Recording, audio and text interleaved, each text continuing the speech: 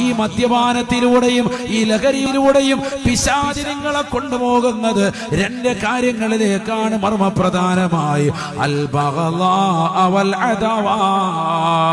ഒന്ന് ശത്രുതയാണ്. ലോകത്ത് ജീവിച്ചിരിക്കുന്ന ജനങ്ങളോട് മുഴുവനും ശത്രുതയാണ്. എല്ലാവരോടും ശത്രുതാ മനോഭാവത്തോടു കൂടിയാണ് കാണുക. തീർന്നില്ല. വൽ ബഗ്ളാ, എല്ലാവരോടും കോപത്തോടു കൂടിയാണ് ഇടപെടുക. എല്ലാവരോടും ദേഷ്യമാണ്. പിശാചിന്റെ വക്താക്കളാണ്. ലഹരിക്കടിമപ്പെടുന്നതായ വസ്തുതയാണ്. പിശാചിന്റെ ദുർവൃത്തിയാണതെന്ന് പരിശുദ്ധമായ ഖുർആൻ 1400 വർഷം മുമ്പ് മുത്തുനബി പറഞ്ഞത് എത്ര വാസ്തവമാണ്.